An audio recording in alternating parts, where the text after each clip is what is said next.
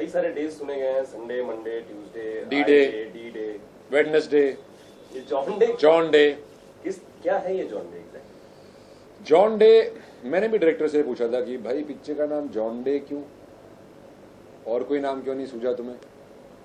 तो वो बोला यार मुझे नाम अच्छा लगता है और अनयूजुअल सा है। तो मैंने कहा हाँ अनयूजुअल तो है। तो जॉन डे में इन एंड एज है नसीरुद्दीन शाह साहब और मैं भी हूँ। और पिक्चर की कहानी का मेन मुद्दा ये है कि दो किरदार हैं। एक जॉन डे साहब है, नसीर साहब, जो कि एक बहुत ही अच्छी फैमिली से हैं, अच्छी उनकी फैमिली अभी भी है, अच्छी जॉब है, अच्छा काम है, सोसाइटी में इज्जत है, बिल्डिंग की सोसाइटी नहीं मतलब सोसाइटी एज अ होल में इज्जत है। और एक तरफ मैं हूँ जो कि जिसकी फैमिली नहीं है, एक अनाथ है और जिसने ठान ली है कि वो दुनिया से हेट करता है और दुनिया भी उसे हेट करती है और उसे लोगों को तकलीफ़ और दर्द पहुंचाने में मज़ा आता है। एक हादसा होता है पिक्चर में जिससे कि उनके जो पाथ्स हैं, उनका जो रास्ता है वो एक दूसरे से क्रॉस करता है और वो क्रॉस होने के बाद क्या होता है, कौन किसका हिस्सा कितना लेके जाता है, उसके बारे में कहानी है। ये एक क्राइम थ्रिलर ड्रामा है जिसमें हू डन इट, कि किसने किया या अभी क्या होगा, उस फॉर्मेट से होती है। तो आप अपनी सीट की कोने पे बैठ के ये पिक्चर आप देखेंगे।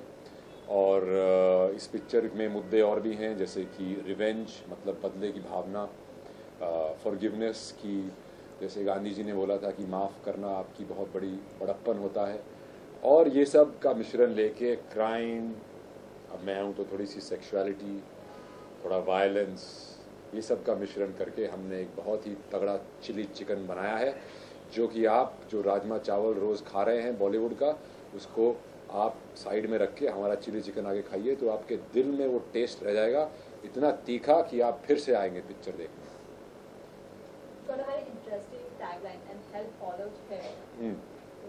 हेल फॉलोड हिम, मेरे ख्याल से वो जॉन डे की बात कर रहे हैं कि वो hello followed John day and I am the hell.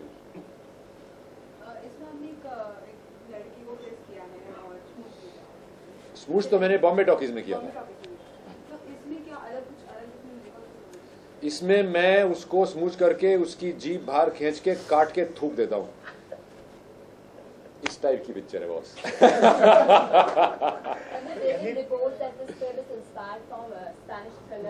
देखिए मैं तो स्पेनिश पिक्चर देखता नहीं, पहली बात तो ना मैंने देखी ना मैंने उसका नाम सुना है कभी। मेरे को ऐसी थोड़ा सा अनुमान हो रहा है कि वो थोड़ी पिक्चर को कुछ ना कुछ कंट्रोवर्सी देने की, ताकि मीडिया वाले लोग उसके बारे में बात करें, आप सबका बुद्धू बनाने के लिए ये सब किया गया है। अगर ऐसा है भी तो मेरे को फर्क नहीं पड़ता, क्योंकि मैंने इस पिक्चर में जो काम करने को मुझे मिला है और जो संतुष्टि जो मुझे मिली है और जो एक अपना एक नया पहलू जो मुझे ढूंढ के निकालने में जो मेरे को अपॉर्चुनिटी मिली है, मैं उसमें ही संतुष्ट हूँ। अगर एक्टिंग की बात करो, नसीर साहब के साथ इतने साल अपने थिएटर में काम किया, उनके बैकस्टेज में क्या पहली बार आमना सामना कर एक साथ होता, आपको लगता है कि तब आपके लिए, बिकॉज आपके साथ वो टीचर रह चुके, सब कुछ आप उनके साथ काम कर चुके, तो कितना डिफिकल्ट होता है, कितना होता है? देखिए हमारा रिश्ता को स्टार से शुरू हुआ, पहले तो भगवान से शुरू हुआ था। वो भगवान थे, मैंने उनके सर के पीछे हेलो देखा था, जो लाइट होती है जैसे कृष्ण भगवान के पीछे होता है ना पेंटिंग में लाइट, ऐसे लाइट दिख रही थी मेरे को। मैं उनसे नज़र मिलाने से कतरा रहा था। मैं 22-23 साल का था, मॉनसून वेडिंग की रिहर्सल चल रही थी। उसके बाद चाय ब्रेक में जब उन्होंने आके मुझसे बातें की तो एकदम से घनिष्ठ मित्रता हो गई। उसके बाद मैं बम्बई आया तो मैंने फैशन इंडस्ट्री छोड़ के मैं उनके पास गया गिड़गिड़ाते हुए कि नसीर भाई मुझे सीरियस एक्टर बनना है। उन्होंने बोला कि क्या यार तू मॉडलिंग कर रहा है, तू उसमें रहना, उसी से आएगा अगला स्टार। हुआ भी ऐसे, पर मैं बोला नहीं मुझे सीरियस एक्टिंग करनी है। तो उन्होंने बोला तुम्हें क्या आता है, थिएटर में क्या करोगे, लाइट करनी आती है? मैंने कहा नहीं। बोला साउंड करना आता है? मैंने कहा नहीं। तो बोले फिर आता क्या है? मैंने कहा जी एक्टिंग आती है मेरे को। तो बोलते अभी नहीं आती है, जाके पोचा मारो स्टेज पे। तो वहाँ से मेरा रिश्ता उनके साथ बना। फिर वो मेरे डायरेक्टर थे प्ले में, वो मेरे को स्टार रह चुके हैं प्ले में, वो मेरे गुरु रह चुके हैं। मैंने हिंदुस्तान भर पे कुछ भी पैसे ना होते हुए और शर्म के मारे उनसे ना मांगते हुए पूरे हिंदुस्तान में मैं उनके पीछे पीछे उनकी वर्कशॉप्स अटेंड करते हुए घुमा हूँ। और कोई भी मेरी फिल्म जो रिलीज़ होती है वो उनकी ओपिनियन के बगैर कभी पूरी नहीं होती।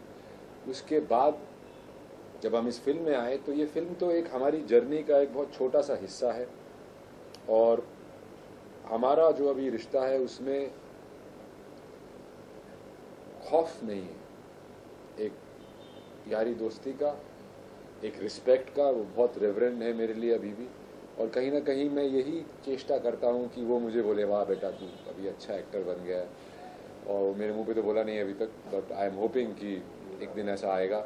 शायद वो इसलिए नहीं बोल रहे हैं ताकि मैं दूसरों के सर पे चढ़ के ना बैठ जाऊँ, ये भी हो सकता है। लेकिन उन्होंने लोगों के सामने काफी बार तारीफ करके यार वो कहाँ है वो टेप, मुझे दिखाओ ना यार, मैं भी थोड़ा सा छाती चौड़ी करके बैठूं तुम्हारे सामने ऐसे। उन्होंने वंस अपॉन में भी कहा था कि बहुत अच्छा एक्टिंग किया। बोला आपको लगता है कि थोड़ा तो जो उनकी जो गुण है आपके अंदर आ गया बिकॉज इतने सालों तक आपने काम किया? उनके जो गुण हैं एज एन एक्टर वो हिंदुस्तान में शायद ही किसी एक्टर के होंगे, क्योंकि उन्होंने बहुत ही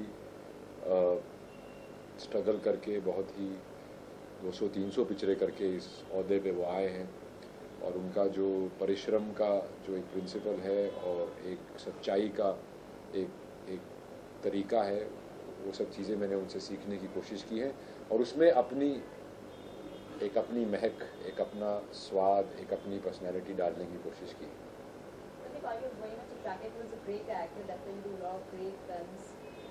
I do only characters. I don't judge them as grey, dark or white. I don't think there are any black and white people in the world. और जो मेरा जो काम है एक कलाकार के तौर पे, मेरा इंसान की हर कमज़ोरी और इंसान की हर अच्छाई को पर्दे पे दर्शाना मेरा कर्तव्य है।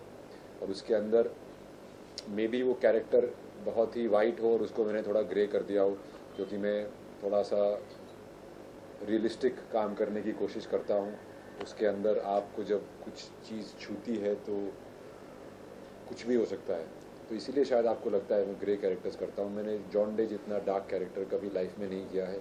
आपको मेरे बाकी रोल्स थोड़े ग्रे इसलिए लगते हैं क्योंकि वो मेरे ख्याल से उनके अंदर इंसानियत बाकी जो कार्डबोर्ड कैरेक्टर्स के कंपैरिजन में थोड़ी सी ज़्यादा है। ये जो किरदार आपने किया है असल जिंदगी में इससे कितना इत्तेफाक रखते हैं आप? कभी इस किरदार का सबसे बड़ा मेरा जो इंस्पिरेशन था वो बच्चों से था। बच्चे दुनिया के सबसे क्रूअल लोग होते हैं। वो किसी के सामने कुछ भी बोल देते, पेरेंट्स को एम्बैरेस कर देते। बेटा आपने बोला था ना ये आंटी मोटी है, किसी के आगे कुछ भी बोल देते बच्चे। बच्चों में कभी वो नहीं करना चाहिए, बेटा गा के सुना, नहीं गाऊंगा। या फिर एक बच्चा एक इंसेक्ट को लेके उसकी टांग एक एक करके तोड़ता है, उसको दर्द में बिलखते हुए तड़पते हुए देख के खुश होता है। ऐसे बच्चे भी आपने देखे होंगे लाइफ में। तो मैंने वो डार्क पार्ट एक बच्चे से लिया है इस पिक्चर में।